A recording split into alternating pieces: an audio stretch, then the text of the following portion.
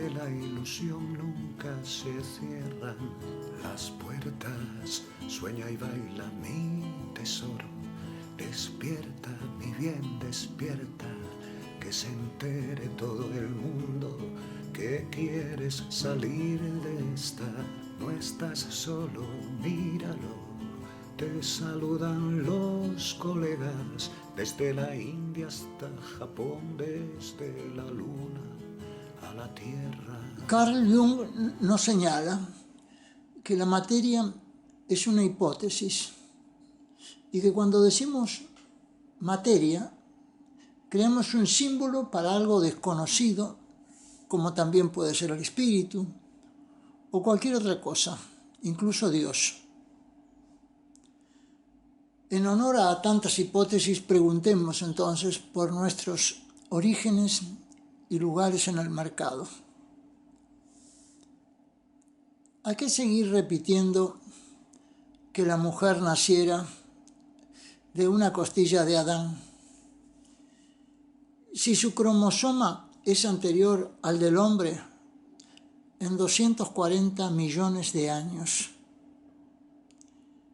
Ella nace del vientre de la tierra como necesidad que ésta tenía de festejar la culminación de los procesos de su parición y proyectar la vida de esa nueva criatura que millones de años más tarde le sucedería y le acompañaría en su elevación creadora.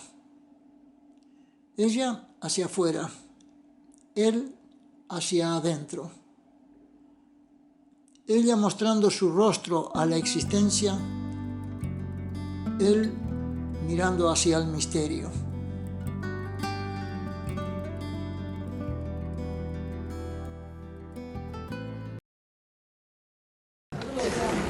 Pero eso tiene que pasar por disposición divina. No. Porque es un cambio de paradigma de 180 grados. Hace falta más Francisco. Bueno. Bueno, está bien. Entonces, vamos a esto, que yo llamo los logoi. Es una palabrita muy chiquitita, 5 letras, que aparece muy pocas veces en la obra homérica, 2800 años atrás.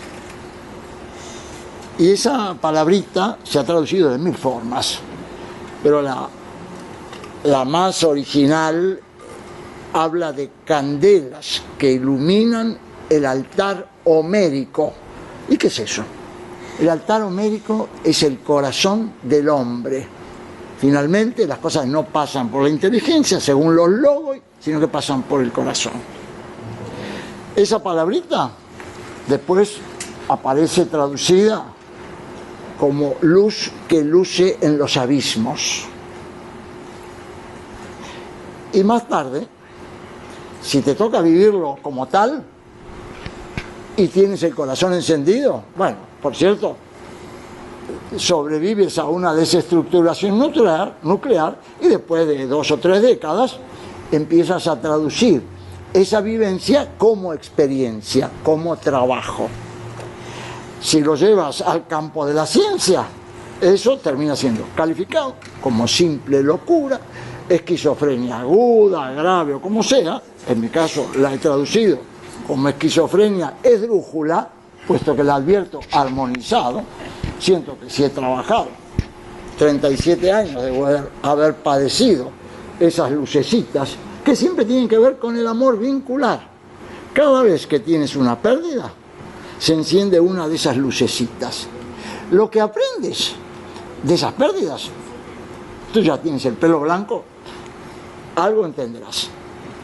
Pero si el tamaño de la pérdida fuera mayor de lo que uno advierte todos los días, bueno, te toca vivir desestructuración nuclear completa. Esos temas. Después de pasar por allí, que son, en el caso que te salve de los médicos, de las pastillitas y de las internaciones, son no menos de 3 años, que a mí me tocó en suerte pasarlo en una isla de naturaleza, en ese lugar maravilloso, que está en una ciudad que se llama la ciudad de los pájaros, del Bizzo, una pequeña población 13, 14 mil habitantes, que ni siquiera reconoce una plaza. Ahora, ¿cómo sobreviven los pájaros en un ámbito así? No sé. Pero a mí me tocó en suerte, siguiendo un sueño, la noche de los Reyes Magos, comprar esa parcela, que después descubre también por un azar, entre por error, en el archivo histórico de Geodesia, me entiendo que esa parcela había sido propiedad de 2 familias durante 336 años. La última familia entra en 1685 y se marcha en 1936. 230 o 240 años. Algo que en América eso inconcebible. Pero las huellas de afectividad que dejaron esas presencias familiares allí, sin duda fueron las que, estimo, participaron de esa lucecita encendida en ese altar homérico y me ayudaron a sobrevivir, a armonizar mi vida y todo lo demás. 5 años estuve tan aislado en esa parcela, con bienes embargados, y no te quiero contar lo demás porque mi primera mujer, que está aquí presente, la madre de mis hijos, ya adviertes el regalo después de 37 años que me está haciendo esa señora, no cabe que yo recuerde todos esos padecimientos, que ella los padeció a la par mía, aun cuando estaba en otro lado. Bueno, de esos 5 años, los vecinos de enfrente, que hay un pequeño barrio, decían que allí había un sacerdote que hacía 5 años que estaba haciendo un retiro espiritual. Eso te da la pauta de la soledad en que armonicé esa esquizofrenia esdrújula. Pero nunca hablé de ella hasta 20 años después. Y 5 años después de haber padecido esa desestructuración nuclear, con esa primera armonización en Isla de Natura, en completa soledad, aparece otra besita. Bueno, la abuela de Claudia, yo la llamo mi lechuza, porque es una mujer con un capital de gracias en vida amasado, extraordinario, que me tuvo de los 17 años que he vivido con Claudia. Otra pregunta, sí, porque ahora le digo, porque si no... Estudiando lingüística histórica. Vamos a tratar de permitir que alguien nos pregunte, bueno, porque si no va a ser... Perdón. No, digo, alguien más por ahí. Yo te escuché ahora, permíteme que me termine de explicar. Sí. Voy a hablar de los pajaritos, de Delviso, para que entiendan de dónde viene esta materia, que es más importante para mí, mucho más novedosa que el tema de las aguas, porque tú me hablabas de que esto lo va a cambiar la ciencia, y esto no lo va a cambiar la ciencia, si antes no aparecen esos pajaritos. Por eso quiero hablar de ellos. Entonces, primero la lechuza, que me llevó al campo de la crítica en semiología, de la lingüística histórica, estudiar chino antiguo, cualquier locura. Terminé en un loquero, dormía 2 horas por día. ¿Cómo no me iba a enfermar? Y eso mi pobre mujer me lo tuvo que bancar hasta que no me bancó más. Después apareció otra besita, que era una calandria. Esa calandria tenía una nieta, que era la nieta mayor del hijo menor del fundador de esta ciudad, de Pedro el Duro. Así que hoy siento que aquí también esa besita, esa calandria, algo nos ha aportado. Lo que le debo a esa ave y a esa mujer es la construcción de ese lugar, en pobrezas, en qué sé yo, todo lo que me toca, de eso no voy a hablar. Vamos a seguir a la otra visita. Parece que con esa mujer 19 años,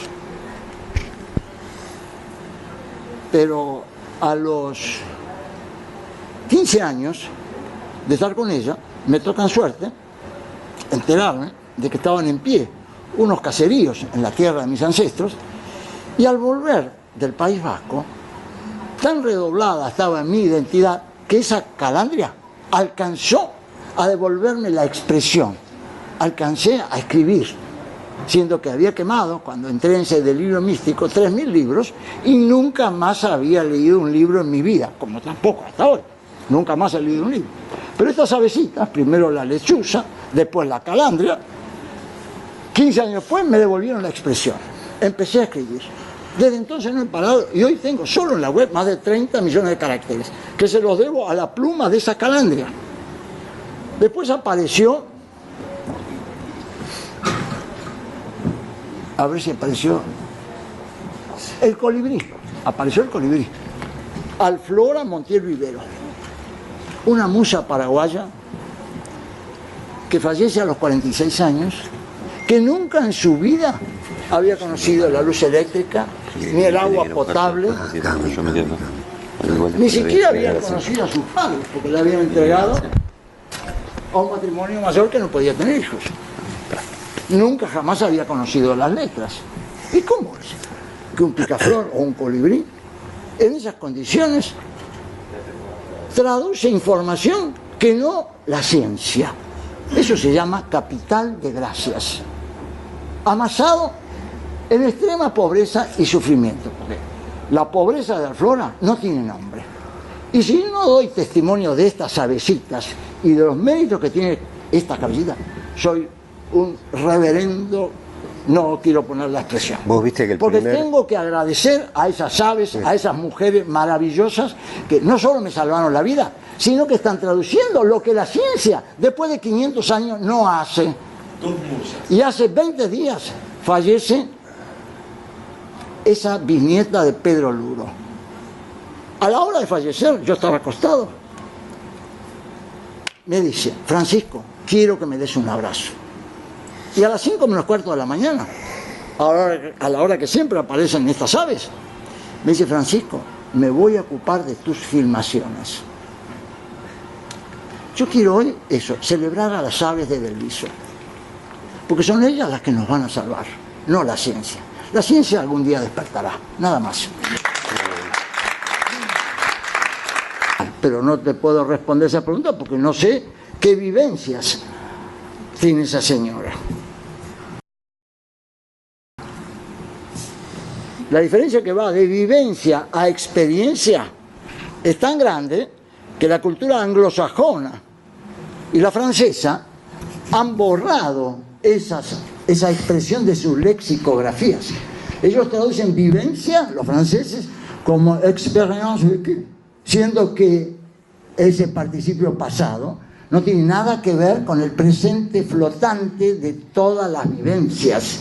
Y el living experience de los ingleses tampoco, porque la experiencia habla de un transporte al exterior y las vivencias son transportes al interior que demoran a veces 30, 40 años y a veces nunca salen como experiencias. A mí me tocó con suerte traducir vivencia como experiencia porque tuve ese proceso de armonización, no en institutos, comunidades psiquiátricas, con pastillas, simplemente en brazos de madre natura.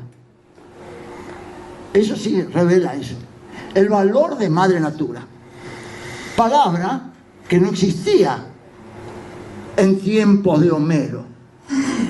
La palabra physis, que de ahí viene física, se traducía entonces como esa energía que promueve el brotar, el florecer. Y recién en el siglo VI, 2 siglos después, es traducido a physis como naturaleza. Pero esa energía del brotar, del florecer, está en la naturaleza. No está en las comunidades psiquiátricas, no está en los manuales psiquiátricos, está en la naturaleza. Defender a la naturaleza, entonces, es empezar a entender la energía que está allí. Eso nunca jamás lo ha señalado la ciencia, porque con particiones no se descubre esa dimensión de esa energía.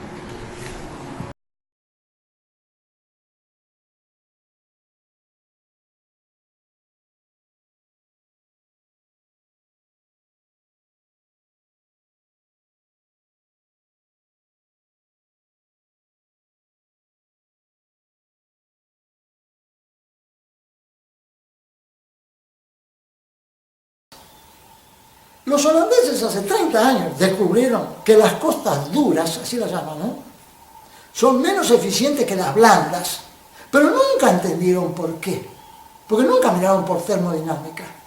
Y las costas no solo tienen que ser blandas, como son las originales, sino que tienen que ser de bordes lábiles, porque si en esa Costa Blanda y Bordelávio, que viene transferida toda la energía solar almacenada en esteros y bañados aledaños a las sangrías menores y mayores que la irrigan por todos lados.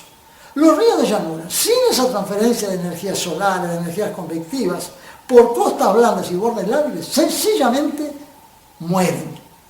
Necesitan de la energía del sol. Ahora, ¿cómo es posible? Mandarnos un brisa a la luna.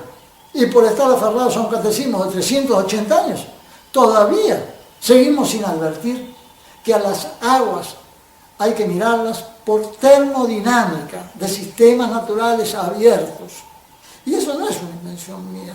Eso está indicado en el glosario de la Ley General del Ambiente Provincial cuando refiere de la voz ecosistema. Dice que es un sistema cuya principal entrada de energía es solar y cuya principal salida en las hidroesferas son los sedimentos.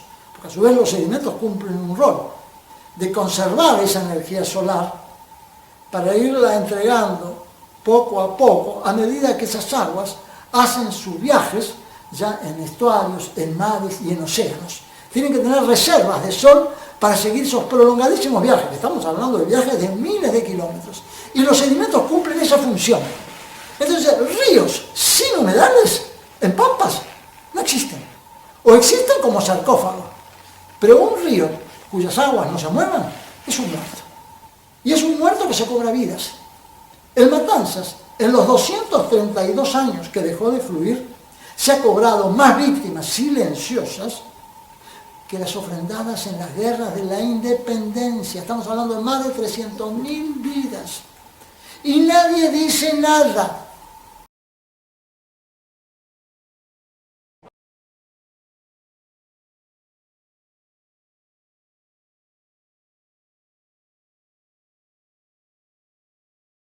La luz que irradia este árbol es la fiesta de agradecimiento al sol, que alimentó su fotosíntesis.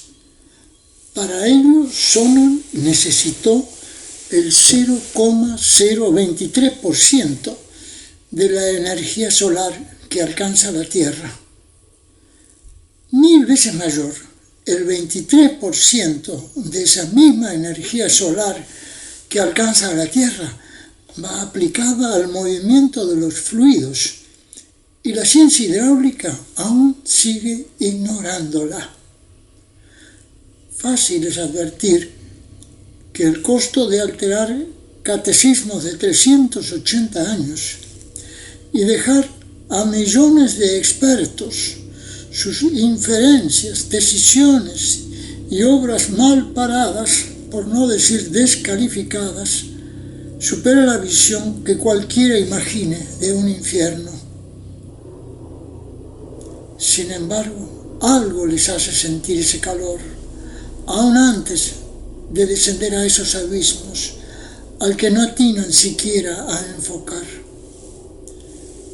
Tal vez esperan que se les presente como una nueva fórmula, derivada de las anteriores, cuando cualquiera que sea ajeno a estos abismos, algo más que religiosos, advierte como lo más probable que no venga de la mano de derivados analógicos. Los únicos derivados están planteados en la ausencia de pendientes y en la borrosa mención de los flujos turbulentos verticales que hacían llamado a los flujos convectivos como mantra para el olvido. 119 años han pasado desde que Henri Bénard los reconociera, 50 años desde que fueron fotografiados haciendo sus tránsitos descendentes por el centro de prismas hexagonales con ascensos por los bordes. En tanto, sus desplazamientos horizontales fueron advertidos como fruto de gradientes de ligera a menor temperatura, determinando lo que dan en llamarse advecciones. Con estos soportes conceptuales primarios ya es dable acercarse a valorar las interfaces tributarias entre costas blandas y bordes lábiles con respecto a las sangrías mayores y menores. Ya es dable comenzar a entender la función y generación de los cordones litorales de salidas tributarias. Ya es dable comenzar a entender la función y generación de la deriva litoral, devolviendo a la voz entropía a su fuente original. Ya es dable entender los límites que el corredor de flujos costaneros impone al desarrollo del ancho de la deriva litoral. Ya es dable alertarse de las disociaciones y asociaciones de estos procesos en aguas estuariales, marinas y oceánicas. Ya es dable diferenciar el transporte del arrastre de sedimentos que da sentido a las voces aluvión y abulsión. Ya es dable comenzar a apreciar el valor de los sedimentos para, con esta energía solar atesorada en ellos, nutrir los largos viajes por los mares y los océanos. Ya es dable entender el motivo de las floraciones, de los bloomings, aunque nunca aparezcan destacadas sus traslaciones horizontales. Ya es dable entender la presencia de los Aerodona macroides en los senos entre cordones litorales emergidos, sin necesidad de imaginar cambios climáticos de mayor temperatura. Ya es dable entender el origen de los sedimentos en la formación de nuestras pampas, sin imaginar a las dunas como originarias. Ya es dable entender el valor del primero de los enunciados del parágrafo segundo del artículo 6º de la Ley General del Ambiente y el por qué la carreta ambiental y los discursos sobre gobernanzas del agua van en tercero y cuarto lugar si queremos despejar los escenarios donde se descubren y afirman estas evidencias sin necesidad de estar todo el tiempo confrontando con nuestros intereses y sus inteligencias. Ya es dable entender por qué no alcanzamos acuerdo identitario al artículo 2 del proyecto de ley de humedales. Ya es dable entender por qué un río de llanura sin humedales inmediatos, aledaños, es un simple sarcófago mecánico, y por ello hablar de ríos sin humedales o de humedales sin ríos es hablar de la sal que mantiene en conserva a los cadáveres tutankamónicos en que hemos transformado los ríos, que por ello de nada sirve hablar de ellos como recursos, cuando de hecho los venimos liquidando desde hace siglos. El Matanzas dejó de sacar sus flujos ordinarios al estuario hace 233 años, y aún así siguen festejando en la Corte Suprema el histórico fallo, solo para probar hasta dónde fue instalado el paradigma mecánico que no deja ver el sol en ningún lado, haciendo desde el principio del mundo su trabajo. Siendo estas fuentes de energías y estas aguas un tema que supera toda discusión esencial, aparece conformándose con los aportes que al fondo hídrico hacen los combustibles. A semejante abismo cognitivo no hay política pública, ni dinero que lo tape, ni fallo histórico, ni vuelco de efluentes por emisarios al estuario. Por el contrario, cada una de estas decisiones quedan referidas a estos abismos cognitivos tan elementales que hoy lucen como relámpagos en la perplejidad que activan sin cesar estas advertencias reiteradas por más de una larga década.